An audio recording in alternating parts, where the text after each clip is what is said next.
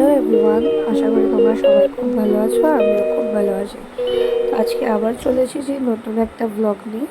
তো আজকে আমি বানিয়েছিলাম আলু বিরিয়ানি, পুরো ঘরোয়া পদ্ধতিতে। মানে ঘরে যা যা থাকবে তোমরা সেটা দিয়েও খুব টেস্টি একটা আলু বিরিয়ানি বানিয়ে নিতে পারো। তো ঘরে ছিল আমার এই চালটা, বাসমতি চাল। এটা চালটা আমি নিয়ে নিয়েছি আর ওটাকে ধুয়ে জল দিয়ে বসিয়ে দিয়েছি। ওর মধ্যে নুন দিয়ে দিলাম পরিমাণ মতো, আর দেবো সাথে একটুখানি তেল, সাদা তেল। তো তোমরা তোমাদের মতো করেও বানাতে পারো। আমি যেরকম ঘরোয়া রেসিপি বানাই আমি সেটাই তোমাদের সাথে শেয়ার করলাম। তো তারপরে আমি নিয়ে নিয়েছি আড়াইখানা পেঁয়াজ, মানে একটা একটু বড় সাইজের, আর হলো দুটো ছোট ছোট সাইজের, একটা আর একটা অর্ধেক তার। আর নিয়ে নিয়েছি মানে 3টে আলু ছোট ছোট সাইজের, যেহেতু আমরা ঘরে খাবো ঘরোয়া পদ্ধতি, তো যেরকম আলু ছিল ওরকম আলুতেই হয়ে যাবে। তো গ্যাসে কড়াই বসিয়ে দিয়েছি আর ওর মধ্যে দিয়ে দেবো সাদা তেল। সাদা তেলের মধ্যে পেঁয়াজটা লাল লাল করে ভেজে নিতে হবে কেটে। দেন আলুটাকে ভেজে, যেরকম আলুর দম তোমরা বানাও ওরকমই বানাবে, ঠিক আছে? পুরো সিম্পল ওরকমভাবেই বানাতে হবে। এই যে পেঁয়াজগুলোকে দিয়ে দিতে হবে সব।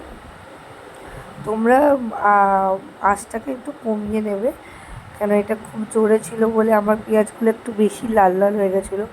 যদি আমি 1-2 মিনিট একটু বেশি ভেজে নিতাম তাহলে হয়তো পুরো পুড়ে যেত, কিন্তু থ্যাঙ্ক গড ওটা পোড়েনি। আর সাথে দেখতেই পাচ্ছ ফুটে গেছে বলে আমি চাল মানে ভাতের হাঁড়িটা বন্ধ করে দিচ্ছি গ্যাসটা। তার কারণ হলো যদি গ্যাসটা জ্বলে তাহলে পুরো একদম সিদ্ধ হয়ে মানে ফেনা ভাত হয়ে যাবে। কেন তোমরা জানোই যে এই চালটা একটু বেশি কম রান্না করতে হয়। এই যে দেখতেই পাচ্ছ একদম লাল লাল হয়ে গেছে। আর একটু কিছুক্ষণ যদি বেশি ভাজতাম তাহলে মনে হয় আরও বেশি মানে একদম পুড়ে যেত। ওই কারণে এরকম করে ভেজে নিয়েছি। ওর মধ্যে আদা রসুনের পেস্ট দিয়ে দিয়েছি, আর তার মধ্যে হলুদ গুঁড়ো, লঙ্কার গুঁড়ো, জিরের গুঁড়ো দিয়ে দেবে। সাথে একটু গরম মশলা দিয়ে দিতে পারো, আর না থাকলে বিরিয়ানি মশলাটাও এই এর মধ্যেই দিয়ে দেবে। আলাদা করে ওপর দিয়ে যেটা দেবে দেবে, বাট এর মধ্যেও অল্প বিরিয়ানি মশলা দিয়ে দেবে, যাতে টেস্টটা এই আলুর মধ্যেও ঢুকে যায়। কেন ঝোল আর আলুর বিরিয়ানি মানে ঝোল আলুটাই হলো মেন। তো যার জন্য তোর মধ্যে পরিমাণ মতো নুন দিয়েও দিতে হবে, দেখতেই পাচ্ছ।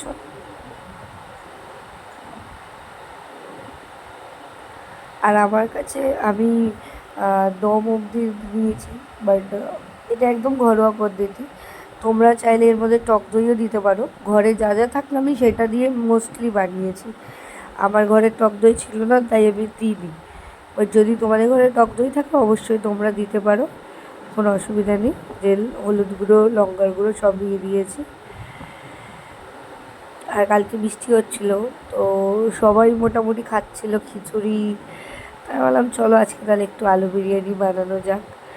অনেক দিন আলু বিরিয়ানিও খাওয়া হয় না, তার জন্য আর কি একটুখানি জল দিয়ে দিলাম যাতে মশলাটা মানে পুড়ে না যায় আর ভালো করে কষানো যায়, তার জন্য। ওইদিকে ভাত উপর দিয়ে ঢাকনা খুলে রেখে দিয়েছি, দেখতেই পাচ্ছ। হ্যাঁ, তো আর এদিকে ফুটতে লেগেছে। এই যে জিরের গুঁড়োটা দিয়ে দিলাম, সাথে দিলাম একটু বিরিয়ানি মশলা। এই যে এবার পুরো তেল ছেড়ে দিয়েছে,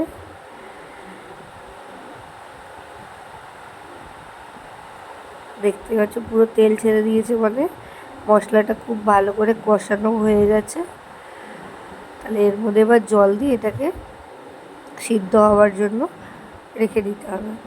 আর তোমরা যদি সিদ্ধ করা আলু দাও তাহলেও অসুবিধা নেই, বাট আমি চেয়েছিলাম যে আলুটার মধ্যে পুরো একটা ফ্লেভার যে হয়, এই যে ঝোলটার ফ্লেভার, আমি চাইছিলাম যাতে পুরো এর মধ্যে ঢুকুক, তার জন্য আর আমি আলাদা করে আলু সিদ্ধ করিনি।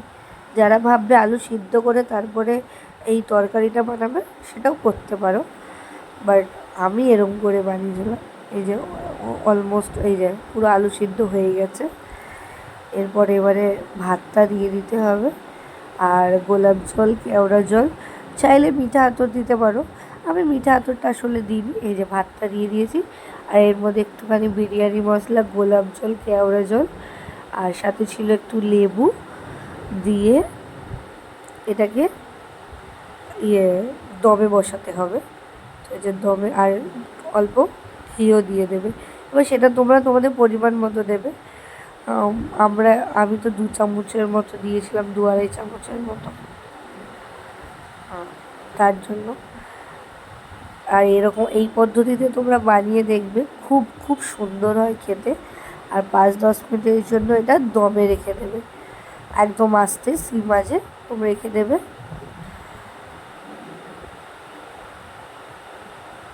এই যে দেখতেই পাচ্ছ বিরিয়ানিটা ঠিক এরকম হয়েছে। ফটো দুটো তুলে রেখেছিলাম তাই। তো নিশ্চয়ই তোমরা জানাবে বাড়িতে বানিয়ে কিরকম হয়েছে। ছোট আলু 2-3 পিস দিয়েছি তোমাকে আলু।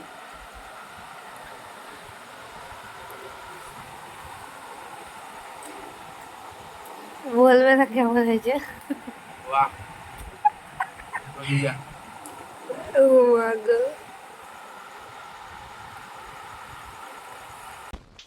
Thank you for watching. আর প্লিজ তোমাদের ভালো লাগলে লাইক, কমেন্ট, শেয়ার করতে ভুলবে না। Thank you.